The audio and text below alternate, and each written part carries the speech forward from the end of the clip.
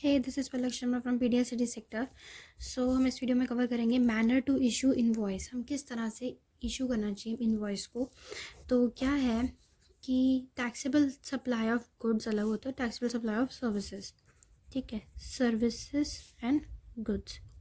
हमने किया था कि गुड्स के लिए हमें 3 कॉपीज़ बनानी होती है, फर्स्ट कॉपी, सेकेंड और थर्ड कॉपी। इसमें मैं बोला था कि 2 कॉपीज़ बनानी होती है, फर्स्ट और सेकेंड। इसमें जो फर्स्ट कॉपी है ना, मतलब जो ओरिजिनल कॉपी है, वो जाएगी रेसिपिएंट के पास। ठीक है, सेकंड जाएगी ट्रांसपोर्टर के पास, और जो थर्ड है वो सप्लायर अपने पास रखेगा।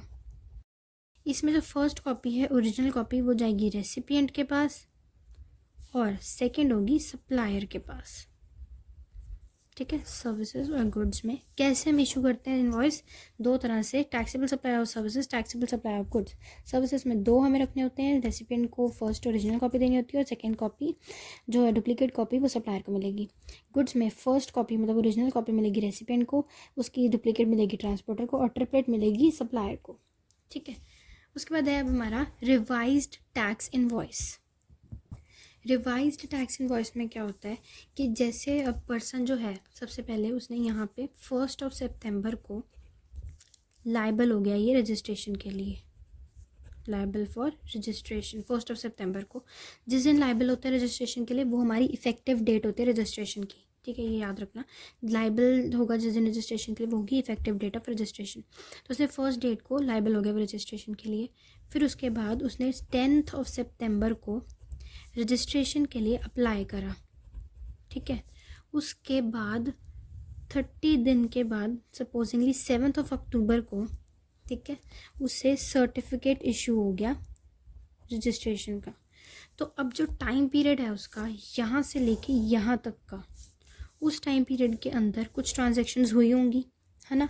अब वो ट्रांजैक्शन सपोजिंगली इंटर स्टेट होगी, कुछ इंट्रा स्टेट होंगी, है ना।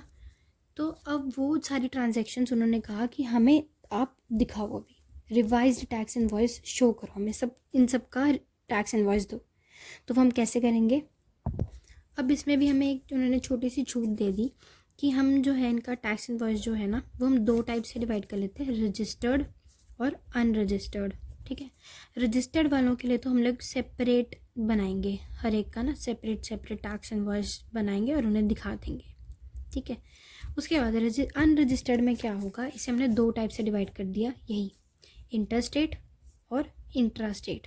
ठीक है, इंटर स्टेट में भी हमने आगे 2 टाइप्स में डिवाइड कर दिया। इंटर स्टेट में आगे क्या होगा, वो चीज़ें जिनकी वैल्यू 2,50,000 से ज़्यादा है। ठीक है, 2,50,000 से ज़्यादा है वैल्यू, और यहाँ पे 2,50,000 से कम है। ठीक है, जब वैल्यू जो है वो अप टू 2,50,000 है या उससे ज़्यादा है, मतलब उससे कम है सॉरी, तो क्या होगा कि हम उसका एक ही कंसोलिडेटेड टैक्स इनवॉइस बना देंगे। क्या है, जब 2,50,000 के इक्वल या उससे कम है, ऐसे होगा ना, सॉरी कम है, ठीक है, तो कंसोलिडेटेड टैक्स इनवॉइस बनेगा। और अगर वो 2,50,000 से ज़्यादा है तो उसका एक सेपरेट इनवॉइस इशू होगा। ठीक है, वो गुड्स जिनकी वैल्यू 2,50,000 से कम है या उसके इक्वल है, 2,50,000 तक ही है, तो उसका एक कंसोलिडेटेड टैक्स इनवॉइस बन जाएगा। ठीक है, मतलब उस स्टेट का। ठीक है, उसके बाद अगर 2,50,000 से ज़्यादा एक्सीड कर रहा है 2,50,000 की अमाउंट को, तो उसका एक सेपरेट टैक्स इनवॉइस बनेगा। इंट्रा स्टेट में हर एक का एक कंसोलिडेटेड बन जाएगा, मतलब एक स्टेट का अलग से कंसोलिडेटेड, उसका अलग से, उसका अलग से, हर एक का अलग अलग कंसोलिडेटेड टैक्स इनवॉइस बनेगा। ठीक है, तो ये हमारा रिवाइज टैक्स इनवॉइस के अंदर। ठीक है, क्या करा है हमने रिवाइज टैक्स इनवॉइस के अंदर कि सब जब हमारा पर्सन जो है वो रजिस्ट्रेशन के लिए लायबल हो जाता है और उसको जब तक सर्टिफिकेट मिल रहा है रजिस्ट्रेशन का, उसके बीच में जो टाइम गैप है, उस टाइम गैप के बीच में जितने भी ट्रांजेक्शन्स हुई है उनका एक टैक्स इनवॉइस उन्हें देना होता है, जो गवर्न कर रहा है पार्टी। ठीक है, उसे। तो वो जो टैक्स इनवॉइस है उनको उन्हें कैसे देना है, कुछ रजिस्टर्ड पर्सन है जिनको हमने कुछ रजिस्टर्ड रेसिपिएंट है ना, ठीक है, तो उनके लिए हमने अलग से सेपरेट टैक्स इनवॉइस प्रिपेयर करना होता है। ठीक है, और कुछ होती है अनरजिस्टर्ड रेसिपिएंट, उनके लिए हमें अलग अलग टाइप से उन्होंने थोड़ा सा छूट दिया है, जैसे इंटर स्टेट सप्लाई होगी और इंट्रा स्टेट सप्लाई होगी। तो इंटर स्टेट में क्या होगा कि या तो उनकी जो सप्लाई है वो 2,50,000 से ज़्यादा है, अगर 2,50,000 से ज़्यादा सप्लाई कर रहे हैं वो इंटर स्टेट में, तो उनके लिए एक सेपरेट टैक्स इनवॉइस प्रिपेयर करेंगे। अगर वो 2,50,000 से कम या उसके इक्वल कर रहे हैं तो हम उसको एक ही कंसोलिडेटेड टैक्स इनवॉइस बना देंगे। इंटर स्टेट के अंदर हमें एक ही कंसोलिडेटेड टैक्स इनवॉइस बनाना है हर अलग अलग स्टेट का, ठीक है। तो ये हमारा हो गया रिवाइज टैक्स इनवॉइस। अब देखते हैं कि रिवाइज टैक्स इनवॉइस के अंदर क्या क्या कंटेंट्स आते हैं। मोस्टली सेम ही कंटेंट्स हैं। जैसे सबसे पहला है name and address of supplier,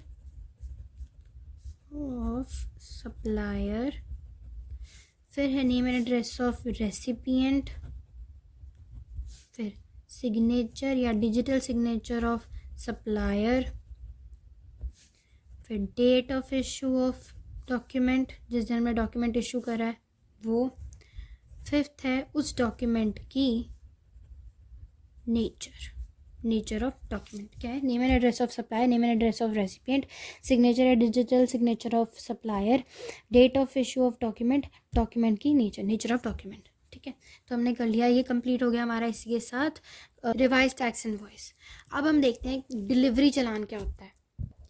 delivery चालान हम वहाँ पे इशू करते हैं जहाँ पे हमें इनवॉइस इशू करने की कोई ज़रूरत नहीं होती, ठीक है।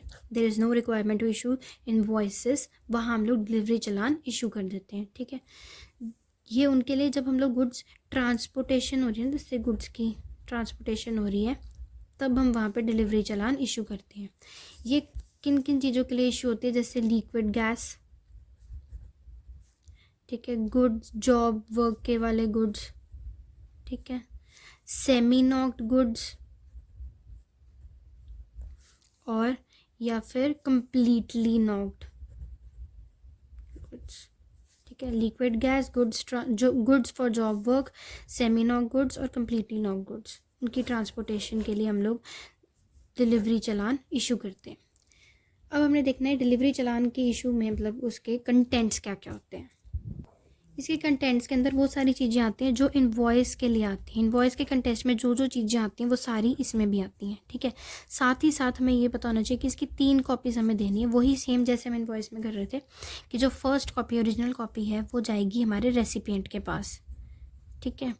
सेकेंड कॉपी मतलब उसकी डुप्लीकेट कॉपी जाएगी ट्रांसपोर्टर को, ठीक है। और थर्ड कॉपी मतलब उसकी ट्रिपलेट कॉपी जाएगी सप्लायर के पास, ठीक है। तो हमने इसी के साथ कंप्लीट कर लिया अपना डिलीवरी चालान भी।